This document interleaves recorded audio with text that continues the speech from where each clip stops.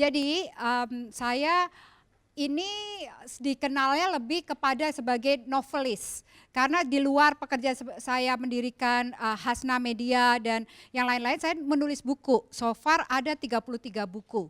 Pertama-tama kenapa saya jadi penulis ya, kenapa kita bisa melakukan semua ini kan kita ngomongin apakah perempuan bisa melakukan semua. Kita lihat ada yang orang terlahir sudah ditakdirkan, misalnya bilang, hey kamu aku lahirkan di dunia ini sebagai pelukis, penulis. Kalau orang nanya, Kak kok Mbak Fira bisa nulis 33 buku gimana sih caranya gitu ya. Nah nulis itu ada yang orang terlahir sebagai penulis, ada yang bisa dipelajari atau sebagai penyanyi, ada loh sekolahan nyanyi, ada gitu. Nulis kita semua bisa nulis, tapi berapa banyak dari kita yang nulis novel seperti itu. Nah waktu dari kecil tuh aku sudah nulis, gak ada yang ngajarin, waktu SD, kelas 2 SD udah tahu caranya bikin puisinya lalu ditaruh di sekolahan, dipajang, di mading. Terus ikutan lomba selalu menang gitu. Jadi kayaknya memang terlahir sebagai ya bakat alam, sebagai penulis gitu. Jadi sebenarnya nggak pernah, kadang-kadang itu adalah takdir yang tadi, takdir Tuhan ya. Ada yang kita bedakan antara takdir sama yang kita bekerja dan akhirnya itu menjadi suatu karya atau suatu usaha yang bagus dan diakui orang. Misalnya kalau bakat nih, sudah akhirnya karena bakat ini terus diasah karena ikutan lomba segala macam. Dan mungkin takdirnya Tuhan, kamu akan dikenal sebagai penulis. Jadi waktu saya tinggal di hidup saya emang kayak novel sih, Tuhan pikir kamu penulis hidupmu lebih kayak novel gitu ya. Jadi saya itu waktu kecil pindah-pindah kota, mungkin supaya banyak ide kali ya, Tuhan ngasih kayak gitu. Terus karena bapak saya di pengeboran di minyak. Terus saya kuliah sempat di Universitas Indonesia karena terima UMPTN, tahun banget zaman jadul ya, di Universitas Indonesia. Tapi saya udah didaftarin ibu saya kuliah di Amerika. Alhamdulillah mungkin bersyukur bisa kuliah di luar negeri dengan biaya sendiri. Nah kuliah di Amerika ngambil jurnalistik, mau jadi wartawan. Udah gitu saya kerja di Amerika, terus kerja di pernah di TV, pernah di koran, pernah di majalah, pernah. Terus dasar lagi-lagi ya karena memang penulis dijodohkan waktu itu sama Tuhan oleh orang Tibet. Akhirnya tinggal di Singapura, kerja di radio di Singapura. Terus waktu itu nggak berhasil pernikahannya, saya bawa satu anak pulang ke Indonesia, terus kerja di majalah di Indonesia. Kerja di majalah di Indonesia, terus berkarir terus. Nah waktu berkarir di majalah, saya tuh loncat-loncat, jadi nggak pernah ngalamin yang jadi reporter, terus jadi senior reporter.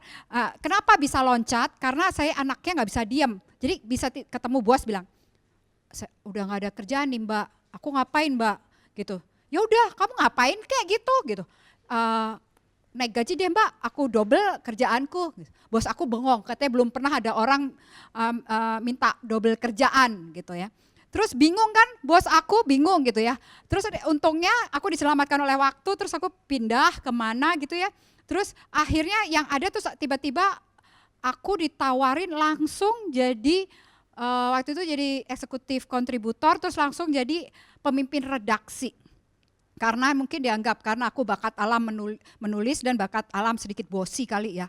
Kalau kerjanya nyuruh-nyuruh atau gak gemes gitu kalau sama orang. Kalau misalnya nyuruh temen bikin, udah gue aja deh yang ngerjain gitu. Jadi kalau temen misalnya kerjanya gak beres aku yang ngerjain, terus gak usah ngomong gue yang ngerjain kayak gitu.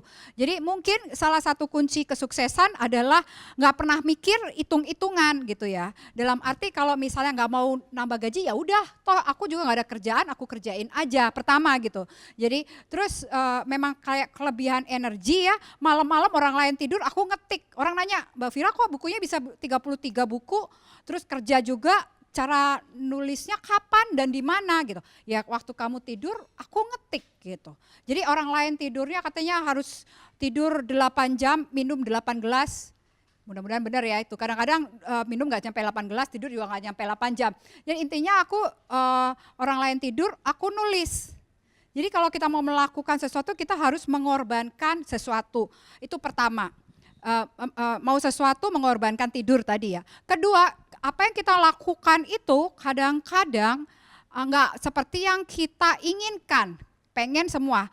Nggak ada semua di dunia ini yang kita kalau ditanya apakah kita bisa semua, sebatas manusia bisa melakukan, sebatas kita memiliki kemampuan, waktu, kesehatan, kita bisa melakukan.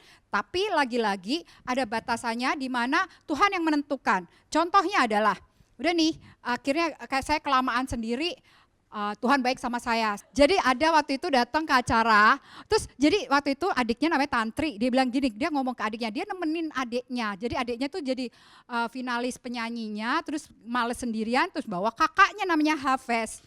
Udah gitu terus dia bilang gini, si Hafez bilang, lu ada saingan tuh yang kece tuh, terus nunjukin aku, Hus ngaco, dia yang punya majalah ini, maksudnya aku pemimpin redaksinya majalah Cosmopolitan waktu itu. Terus sampai reporterku bilang gini, kenapa, mau salam gak buat Mbak Vira gitu, ya deh boleh deh gitu. Terus akhirnya dari dia datang nemenin adiknya, dia naksir aku, terus dia hubungin aku, setelah tahu aku janda satu anak, dia kabur. Terus dipikir gile, dia 11 tahun lebih muda dari aku. Hidupnya ya, Tuhan udah bilang nih, lu sebagai penulis harus jangan biasa-biasa aja katanya hidupnya. Akhirnya pacaran gak nyampe setahun diajak nikah nih. Diajak nikah, mimpi apa ya, waktu itu saya umur 39, suami saya 27. Tunggu dulu nih, Tuhan bilang, lu jangan ketawa-ketawa dulu kata Tuhan gitu ya. Jadi waktu itu saya lagi hamil 3 bulan langsung, soalnya waktu itu saya nangis, mungkin kalau orang nangis Tuhan mengabulkan doa ya, suka ada yang bilang gini, Fir lu udah tua emang lu bisa punya anak lagi, umur 39, nikah sama Hafez yang muda, baru 1 bulan nikah udah hamil nih ya, hamil yang kedua, jadi bedanya 13 tahun sama anak yang pertama. Anak saya yang pertama sekarang umurnya 19 tahun, udah 3 bulan hamil, terus 4 bulan nikah, suami saya tugas ke Jogja, terus telepon pagi-pagi, terus gak berapa jam kemudian dia pecah pembuluh darah meninggal. Kisah nyata. Jadi ada yang tidak bisa kita kontrol, jadi kita bisa melakukan yang bisa kita kontrol, kita bisa melakukannya, tapi ada yang kita tidak bisa kontrol. Oke, terus akhirnya saya bilang, ya ampun Tuhan, karir aku dapat, terus kisah hidupku difilmin, udah kalau gue mati orang udah ada bisa ngeliat lah ya kisah hidupku gitu. Jadi maksudnya ibarat kalau saya meninggal, saya udah ada buku, udah ada film tentang hidup saya gitu. Tapi yang gak saya dapatkan adalah cinta seorang pria atau dalam ini pasangan ya. Jadi kalau orang kita ngelihat orang lain sukses, karena itu saya kan juga mendirikan Hasna Media sendiri online ya, dan consulting company. Kalau kita melihat orang sukses, kadang-kadang orang-orang julid tuh ya di sosial media, nyinyir banget julid gitu ya. Padahal kita nggak melihat orang lain tuh melakukan pengorbanan dan hidupnya di dalam kesuksesan itu tidak ada kesempurnaan. Jadi manusia bisa sukses karena kerja kerasnya dia, karena campur tangan Tuhan. Tapi kesuksesan itu tidak ada yang 100% sempurna. Karena kesempurnaan hanya milik Tuhan. Gitu sih menurut saya. Nanti kalau ada pertanyaan silakan. Terima kasih. Buka aja Bukalapak.